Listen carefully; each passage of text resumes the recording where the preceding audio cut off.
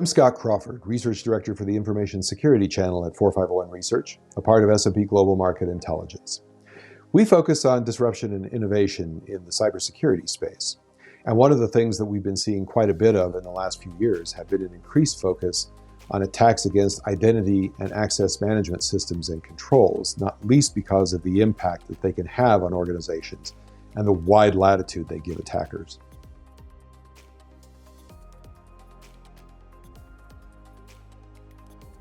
Organizations have focused on issues such as technical vulnerabilities and asset exposures for many years, and yet, account and privilege compromise has factored into a number of the most significant attacks of recent years.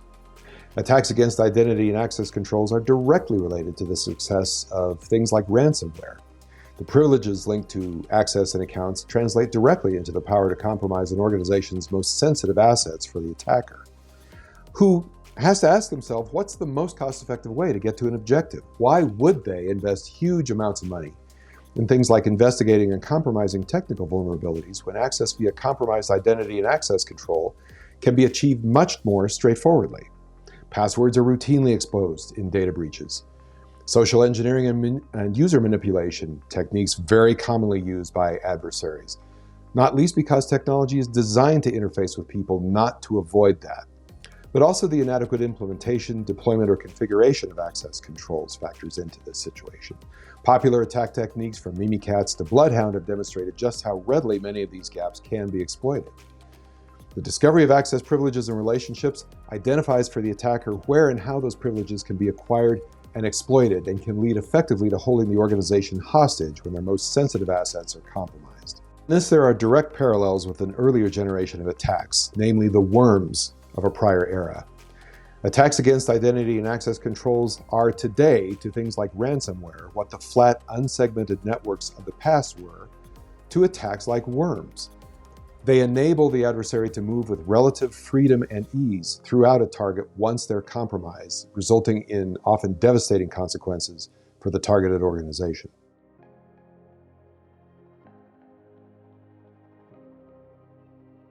Identity and access controls often incorporate a range of functionality that attackers can leverage directly once they compromise access. Directory systems such as Active Directory, for example, often include complete inventories of users, complete inventories of assets, and moreover, they're purpose-built to enable these assets to be easily discovered, so people can find and use them, which is good for ordinary users, but also good for the adversary when they're scouting a potential target once they're inside.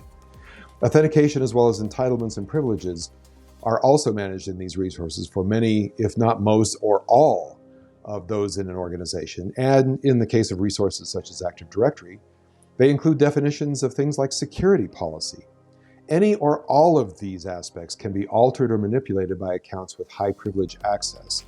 When the implementation is not solidified or protected with so-called zero trust measures, the implicit trust invested in such assets, like privileged access workstations, for example, is actually the antithesis of the zero trust concept. Administrators must be equipped with the tools for defining and administering IT and authorized access, but at the same time, these very tools introduce a duality affecting security in ways that it doesn't in other fields, namely that attackers often seek to exploit not only the existing gaps in protection and control, but when they can gain access to them through high-privileged account compromise, they can compromise the same tools administrators use to manage and secure the environment. The compromise of high-privileged accounts can lead to the attacker's ability to use things like PowerShell or other administrative tools to manipulate the target organization.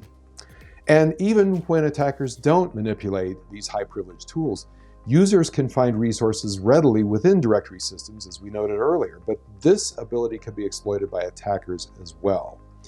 They can not only find assets, but they can find relationships between users and groups, privileges associated with those assets, and those relationships can be graphed as just one example of ways to make them a lot more usable to the adversary. In fact, this graphing of assets, relationships, and privileges has become such a common practice with attackers that it's been codified in the popular MITRE attack framework of indicators of compromise known among adversaries. So if an attacker can explore a directory system to see what identities and groups have access to specific privileges, leveraging those connections to gain access to a valuable target with minimal risk of discovery is really the next step for the adversary. But the good news for defenders is that they could leverage the same visibility and same functionality to see relationships among assets, users, and groups in an environment to better defend the environment as well.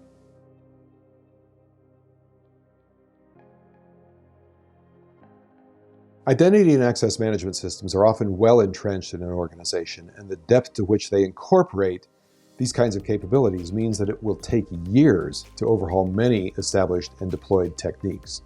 This means that organizations must apply better tactics to defending these resources today, including the recognition and mitigation of malicious behavior, the validation of protocols and techniques used to facilitate access and privilege, which is, just by the way, very much in view in zero trust initiatives in organizations, the closer control of relationships among users, assets, and groups that enable the often unintended extension of privilege that makes high-impact attacks successful must also be kept in mind with strategies today. It's important to consider that all of these may be considered vulnerabilities and thus should be factored into vulnerability mitigation strategies more broadly to better harden the environment. Another thing we can do is learn from the adversary. Adversaries apply tactics like social engineering to potential victims all the time. So we have to take a page from their playbook. How can we as defenders not only better think like an adversary, but employ legitimate tactics against attackers that we can leverage what we learn from their playbooks?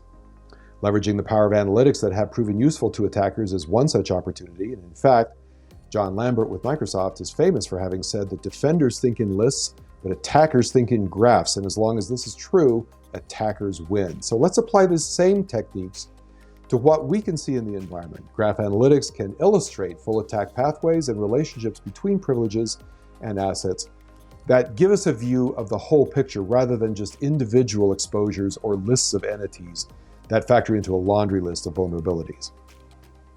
Attackers also routinely entice targets to act in ways that result in ordinary users giving them access to sensitive privilege and resources. So defenders should consider such opportunities as well. Deception technologies are one such example. They also allow direct observation of malicious activity as it happens in the real world, as well as changes to those tactics as they appear in the wild. They also reveal the impact on targeted assets that malicious activity can have, and also when user accounts and user activity can result directly in damage to an organization.